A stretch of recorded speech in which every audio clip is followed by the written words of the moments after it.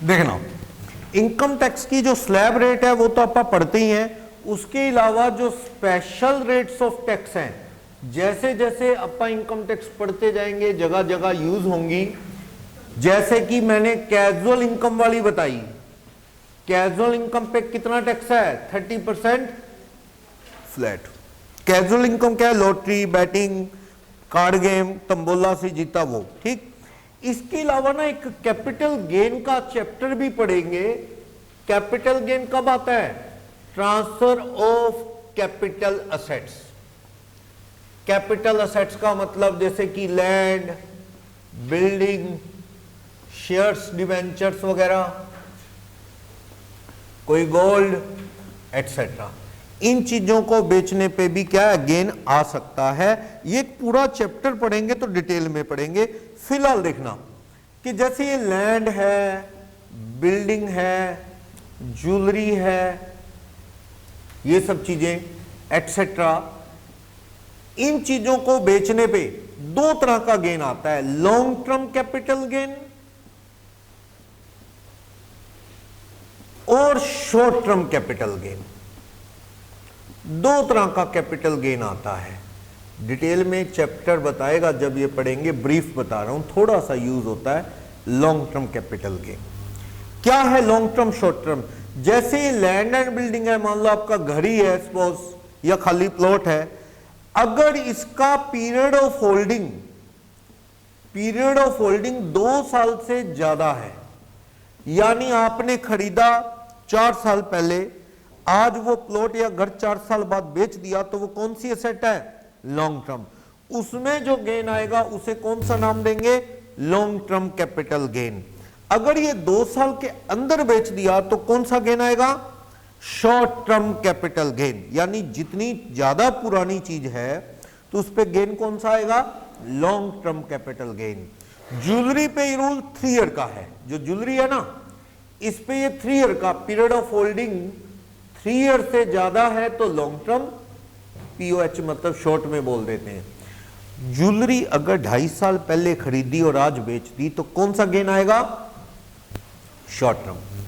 3 साल बाद ज्वेलरी बेचोगे तो कौन सा गेन आएगा? लॉन्ग टर्म, ठीक। लेकिन जमीन जायदाद में क्या रूल है? ये 2 साल का है, 24 मंथ्स कह लो या 2 साल। 2 साल बाद बेचोगे तो कौन सा गेन? Long term. 2 साल के अंदर बेचोगे तो शॉर्ट टर्म। अब ये लॉन्ग टर्म शॉर्ट टर्म की मीनिंग आपको फर्स्ट चैप्टर नहीं बताता, मैंने ब्रीफ नॉलेज के लिए बताने की कोशिश की। ये तो टैक्स की रेट की बात करता है, इस पे 20% फ्लैट टैक्स है, इस पे slab included with other income, ये दूसरी इनकम के साथ जुड़ जाता है और इस पे क्या लगती है? स्लैब रेट, वही 2.5 लाख रुपए माफ। अगले 250 पे कितना? 5%, वो वाले रूल चलते हैं। यानी कि गेन 2 तरह से डिवाइडेड है, लॉन्ग टर्म या शॉर्ट टर्म। जो लॉन्ग टर्म है वो किन चीजों पे है? जो चीजें लॉन्ग टर्म असेट्स हैं, ज्यादा पुरानी हैं। पुरानी से मतलब जमीन जायदाद 2 साल के बाद बेचोगे, कब खरीदी और कब बेची इसका गैप। मैं कहता हूं 2 साल 3 महीने बाद मैंने एक प्लॉट बेच दिया, तो वो कौन सी एसेट है? Long term. उस पे जो फायदा आया कौन सा आएगा? Long term gain. उस पे टैक्स कितना लगेगा? 20% flat. Clear?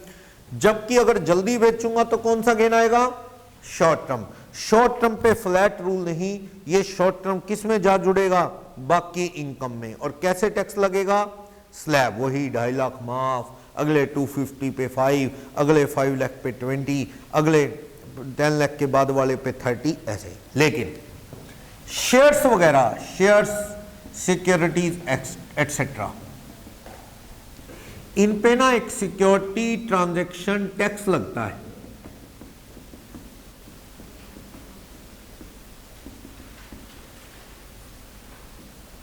Bye stock exchange, share debenture stock exchange के थ्रू ही बिकते हैं, तो इन पे ना एक टैक्स लगता है, security transaction tax, STT।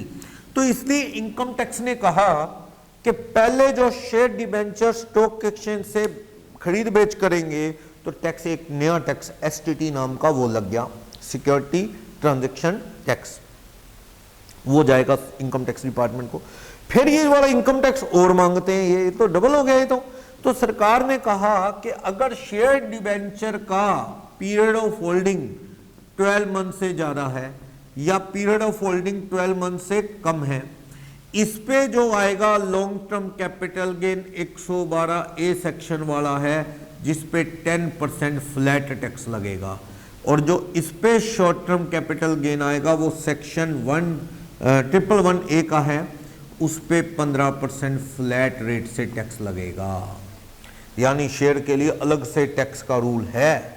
Share debenture के लिए क्या पंगा है, वहां ना एक और टैक्स भी लगता है, मामूली 0.125% समथिंग, कितना उसमें नहीं जाना हमने। एक टैक्स वो लगता है, फिर एक और टैक्स दें, तो इनकम टैक्स ने कहा चलो इनको कंसेशन दे दो। शेयर डिबेंचर में 12 महीने से ज्यादा टाइम रखोगे तो क्या माना जाएगा, लॉन्ग टर्म। जैसे कि जमीन जायदाद में तो 24 मंथ्स है, यानी 2 साल, ज्वेलरी में 3 साल, इसमें क्या सिर्फ 1 साल। मैंने 2019 में शेयर खरीदे दिसंबर में रिलायंस के, और मैंने बेच दिए जून 21 में। दिसंबर 19 में खरीदे और जून 21 में बेच दिए, कितना टाइम, करीब करीब 1.5 साल, करीब करीब 1.5 साल। तो ये तो 12 मंथ से ज्यादा हो गया ना, कितनी देर रखे मैंने, 1 साल से ज्यादा। तो उनको बेच के जो गेन आएगा ना, उस पर कितना टैक्स लगेगा, 10%। मान लो 5 लाख के खरीदे, 7 लाख के बेचे, 2 लाख का फायदा, उस पर टैक्स कितना लगेगा, 10%। लेकिन अगर जल्दी बेच दिए, अभी खरीदे थे महीना पहले 10 लाख के, अभी बेच दिए महीने बाद 12 लाख के, 2 लाख बन गया, तो ये गेन कौन सा आएगा, 12 महीने से कम रखे हैं तो कौन सा गेन आएगा, शॉर्ट टर्म।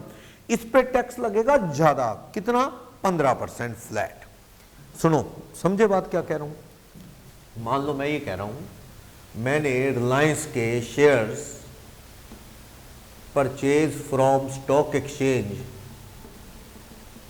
ऑन 1 दिसंबर 2019, या चलो 1 जुलाई 2021 में खरीदे, मेरी कॉस्ट है 10 लाख। मैंने इन शेयर्स को, share sold through stock exchange, through stock exchange के थ्रू मैंने बेच दिए, कब, 1 फरवरी 2022 को। कितने में सेल कर दिए, मैंने सेल कर दिए 12 लाख।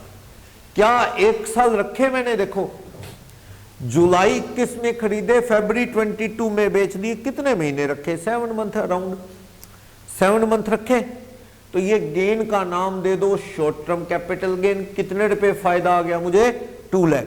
पर शेयर वाले शॉर्ट टर्म गेन को नाम देना है 111A सेक्शन वाला।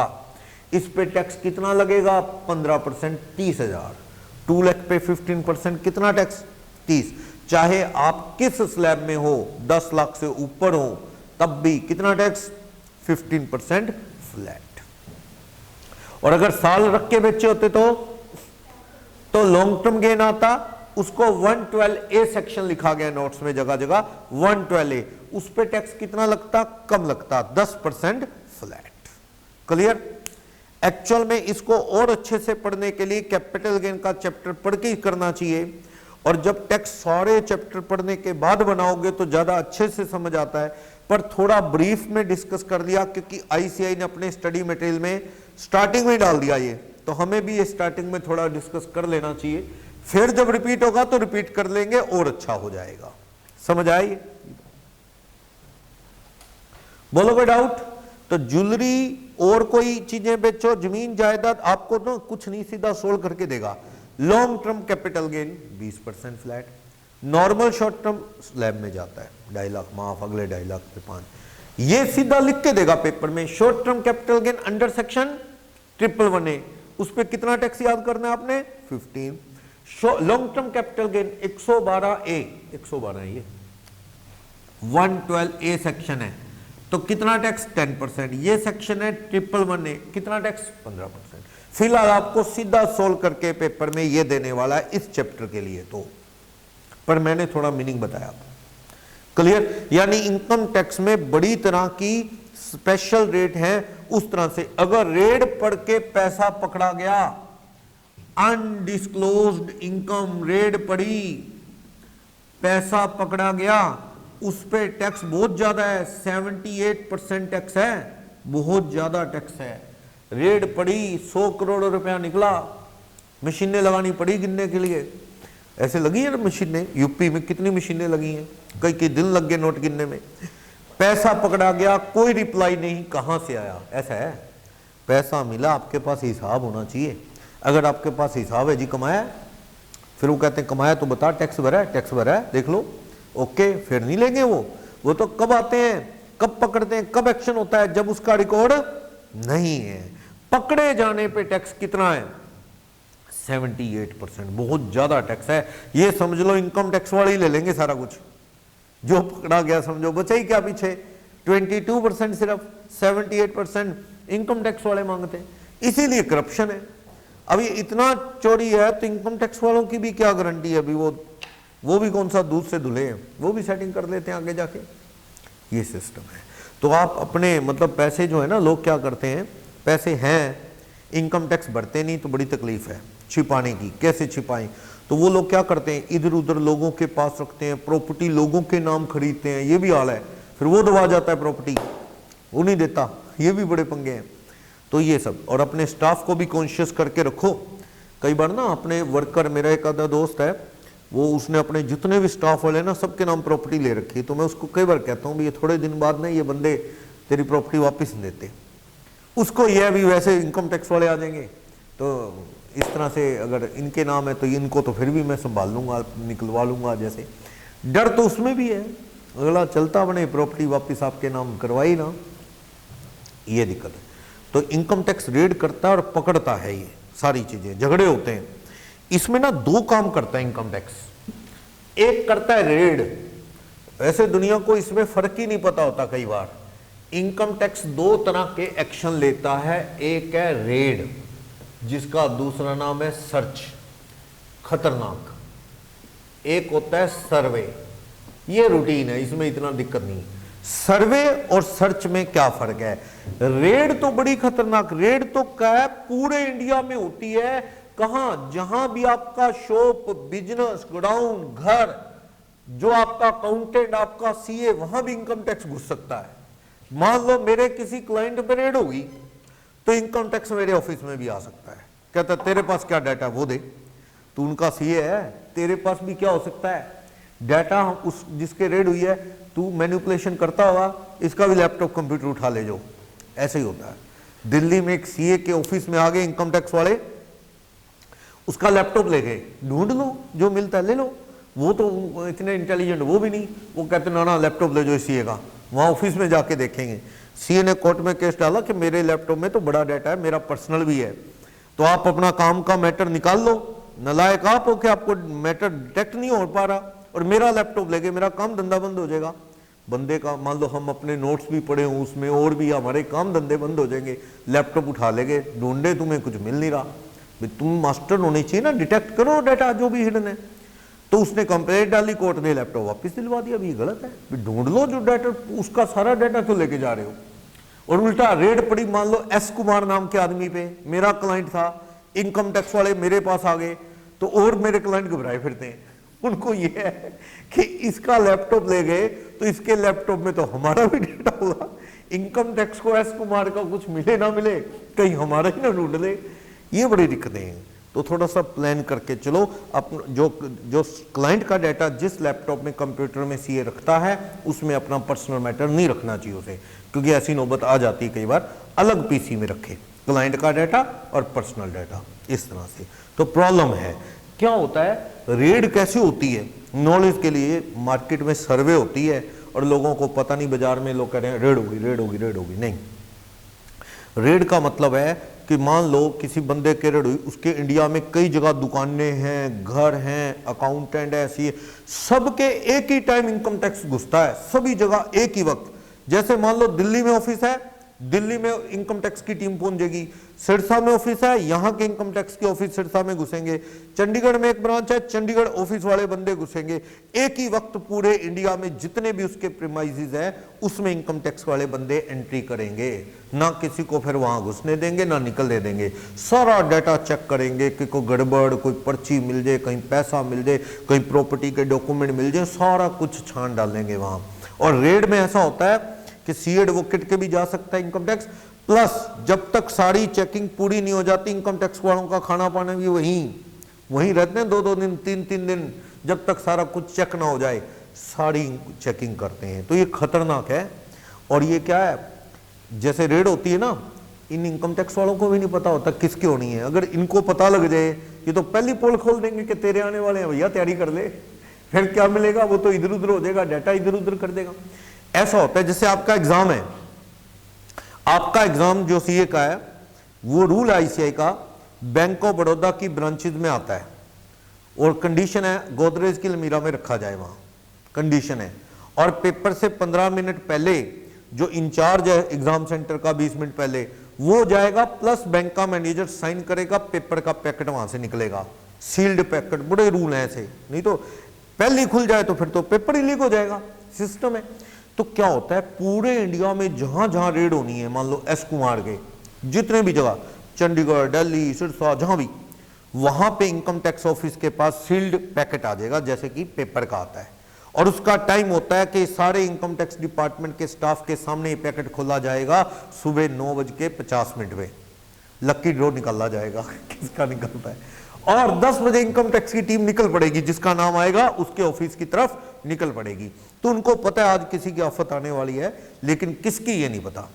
और ऐसा इंडिया में हुआ है, धोखा इनकम टैक्स वाले अपने डिपार्टमेंट को देते हैं। क्या हुआ, रास्ते में जैसे शहर बड़े बड़े, अपना तो क्या है, यहाँ से चलेंगे हुड्डा में इनकम टैक्स ऑफिस, यहाँ से चलेंगे 5 मिनट में सिरसा के किसी भी कॉर्नर पे पहुंच जाओ नॉर्मली। तो लेकिन बिग सिटीज में तो टाइम लगता है। ऐसा होता है, इनकम टैक्स वालों की सेटिंग होती है उस क्लाइंट से मिलना जुलना, रास्ते में किसी रेड लाइट पे फोन के बहाने उतरा, ऑफिसर बता दिया भाई तेरे पास आ रहे हैं, तैयारी कर ले। तो वो क्या करता है, इतनी जल्दी में वो तो यहाँ तो वहाँ लैपटॉप हटा देगा, इंपॉर्टेंट डॉक्यूमेंट हटा देगा, या कोई बैग है माल वाला वो उठा के भाग जाएगा।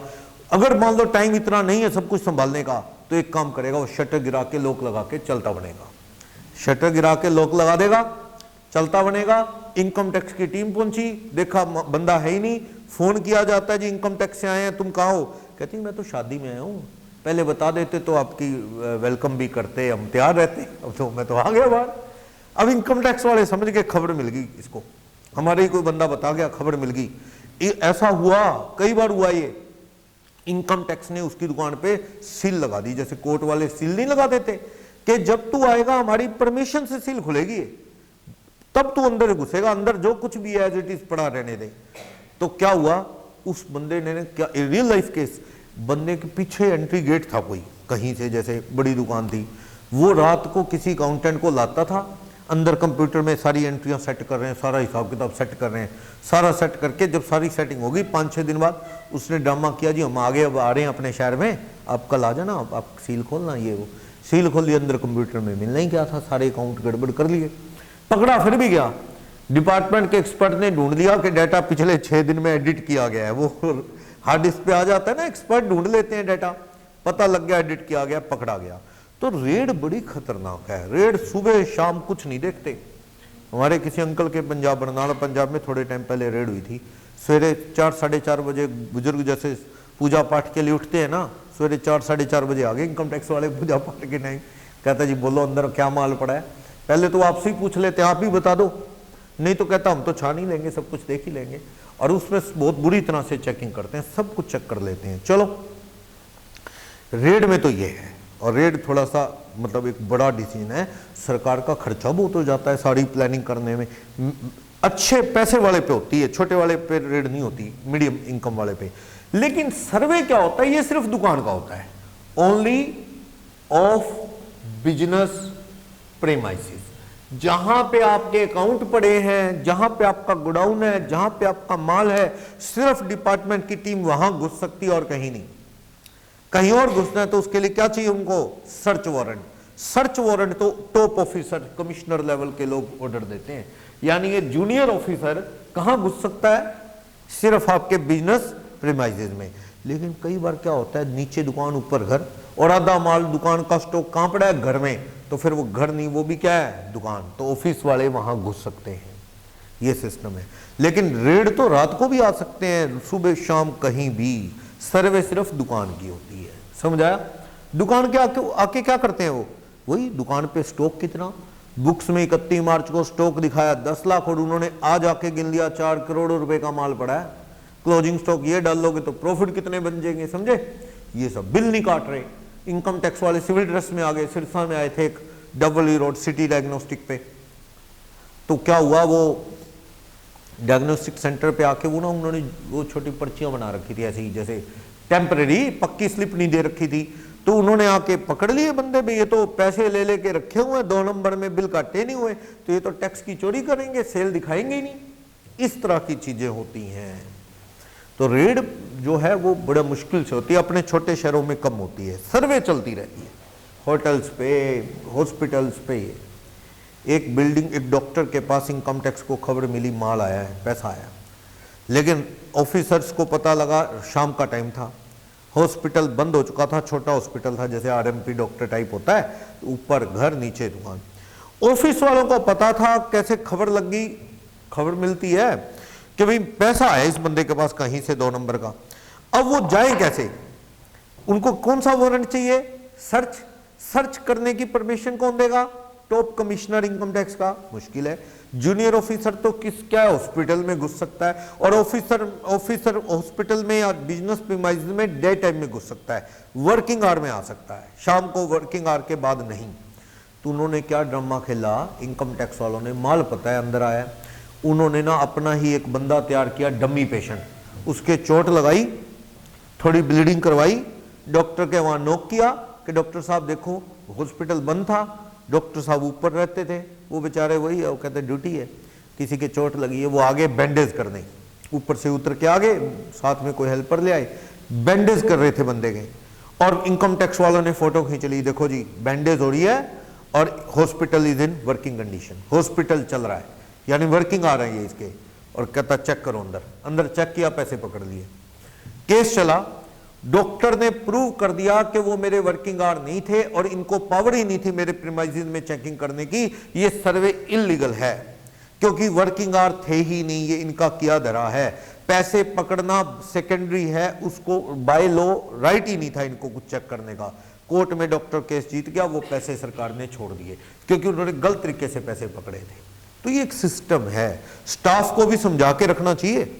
जो स्टाफ आता है ना, वो सारी पोल स्टाफ खोल देता है कई बार, कहना हाँ तुम्हारे साहब कहाँ कहाँ घूमने जाते हैं, कहते जी वो जाते हैं उस कंट्री में, कहते गाड़ियाँ कहता बहुत है सर, 6-8 तो मेरे को पता है, बाकी साहब के पास बहुत गाड़ियाँ हैं सारी पोल खोल दे।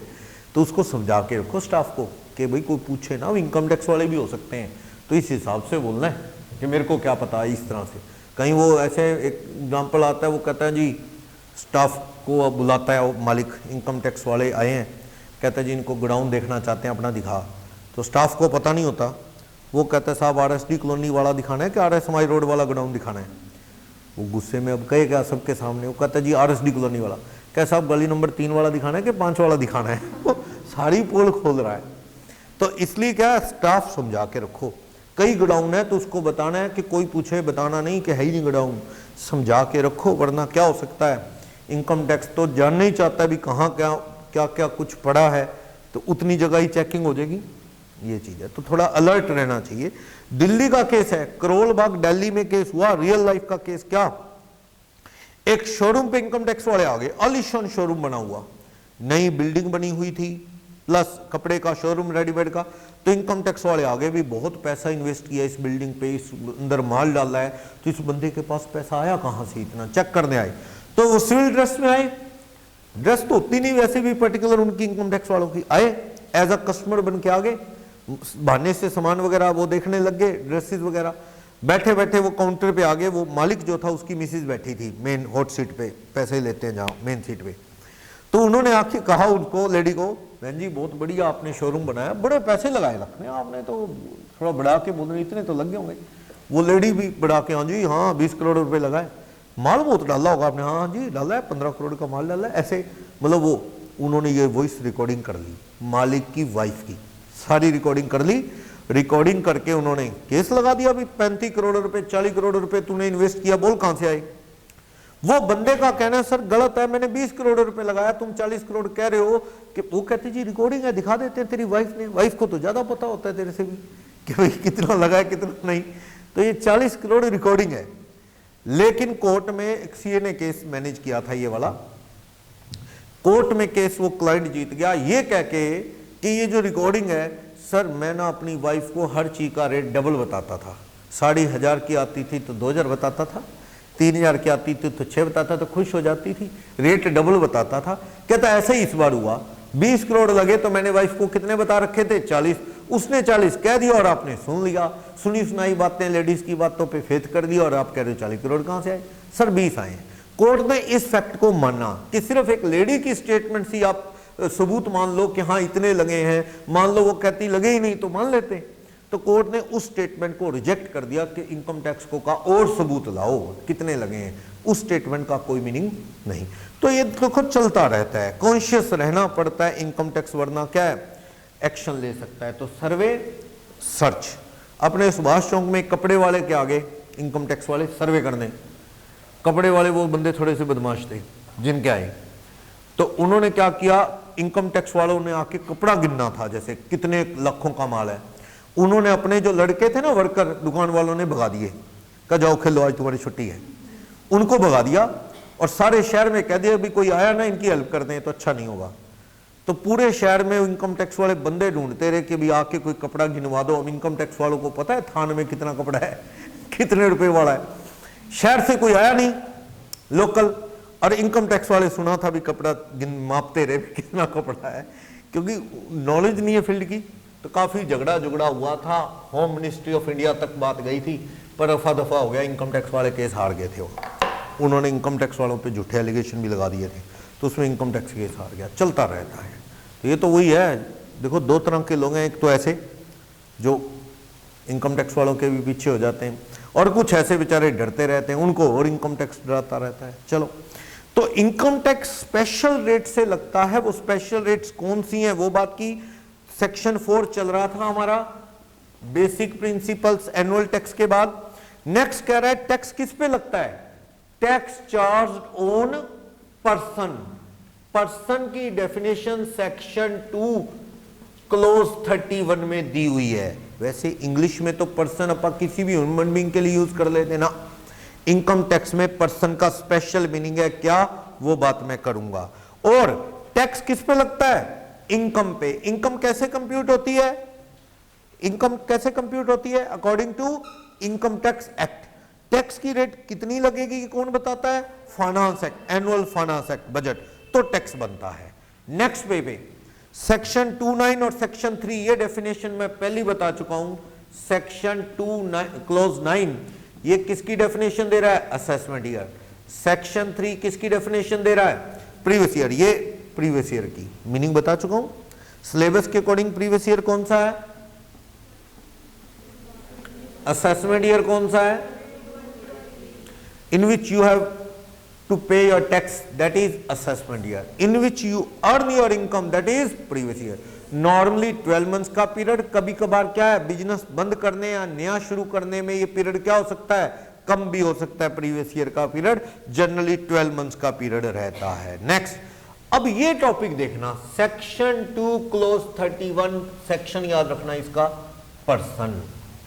इनकम टैक्स लगाते वक्त ना स्टेटस जानेगा कि आप कौन हो, आपका स्टेटस क्या है। एक तो है इंडिविजुअल, मेरा बार बार इंडिविजुअल वर्ड से मतलब किससे है, अकेला बंदा, प्रोप्राइटर, वो है इंडिविजुअल।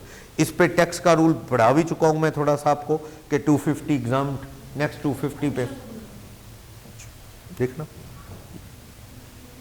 अच्छा मैं 5 मिनट कह दूं, वेट करना, बैठो आप 5 मिनट। तो इंडिविजुअल क्या, proprietor, second HUF, third partnership firm, fourth serial में याद करना जरूरी नहीं कि पहला दूसरा, मैं तो वैसे लिख रहा हूं, कंपनी। फिर आएगा एओपी या BOI। ये क्या है ये भी बता रहा हूं। Sixth, local authority. ऐसा है, टैक्स के रूल अलग अलग हैं इनके। और एक आर्टिफिशियल जुडिस्टिकल पर्सन, AJP। देखना मीनिंग, ये तो कौन होता है? प्रोप्राइटर, इंडिविजुअल, पता है आपको, बड़ी दुकानें चलती हैं। HUF भी पता है, परिवार HUF बनाना पड़ता है। आप घर में मान लो एक बंदा है राम प्रोप्राइटर है दुकान का, तो वो प्रोप्राइटरशिप है, वो HUF नहीं है। HUF तो बनाना पड़ता है, कॉमन प्रॉपर्टी हो तो आप इनकम टैक्स में एफिडेविट देते हो कि सर ये दुकान किसकी है, हमारे हिंदू अनडिवाइडेड फैमिली जिसका कर्ता ये है, तो वो HUF फॉर्म करना पड़ता है, तो HUF माना जाएगा, वरना वो प्रोप्राइटरशिप है। पार्टनरशिप का मीनिंग आपको पड़ता है फर्म वही, 2 और मोर पर्सन ज्वाइन करते हैं, there must be a partnership deed. Deed नहीं तो पार्टनरशिप नहीं, डीड होना जरूरी है, पार्टनरशिप डीड होना। वैसे पार्टनरशिप एक्ट तो कहता है पार्टनरशिप होने के लिए डीड रिक्वायर्ड है ना, ओरल भी हो जाती है, लेकिन नहीं, इनकम टैक्स कहता है yes, partnership deed must be required. दोनों के बीच में क्या हो, 2, 3, 4, 5 लोगों के बीच में क्या हो, पार्टनरशिप डीड साइंड, तो पार्टनरशिप मानेंगे, वरना नहीं। ओके, कंपनी का मीनिंग वही है as per company act 2013। Company का मीनिंग आप समझते हैं, ये सब तो पड़े हुए फॉर्म ऑफ ऑर्गेनाइजेशन है। कंपनी वही इंडियन फॉरेन की कंपनी, पार्टनरशिप वही HUF जिसमें हेड करता होता है।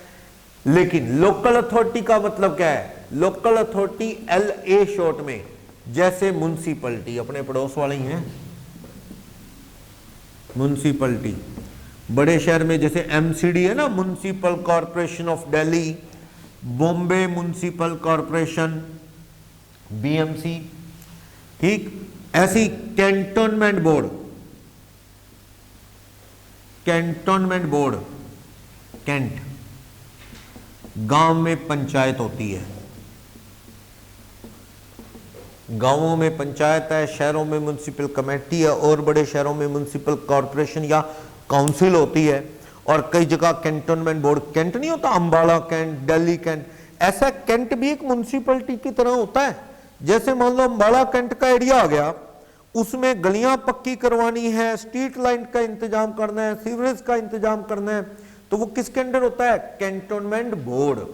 जैसे कमेटी होती है ना, ऐसी क्या होता है? Cantonment board, cant. तो वो खर्चा भी करता है, हाउस टैक्स और ये सब भी कौन लेता है? कैंटोनमेंट बोर्ड लेता है। तो वो अपने आप में एक अथॉरिटी है, जैसे म्युनिसिपैलिटी होती है, गांवों में पंचायत। तो इन लोगों पे टैक्स का रूल अलग है, पढ़ूंगा मैं आगे। 30% फ्लैट टैक्स है इन पे, 30% फ्लैट टैक्स, पार्टनरशिप की तरफ 30% टैक्स लगता है। ये टैक्स कितना लगता है आगे आ रहा है अभी इसी चैप्टर में। तो ये लोकल अथॉरिटी का मीनिंग समझे, क्या है लोकल अथॉरिटी? क्लियर? ये क्या है? एसोसिएशन ऑफ पर्सन या body of individual? Body of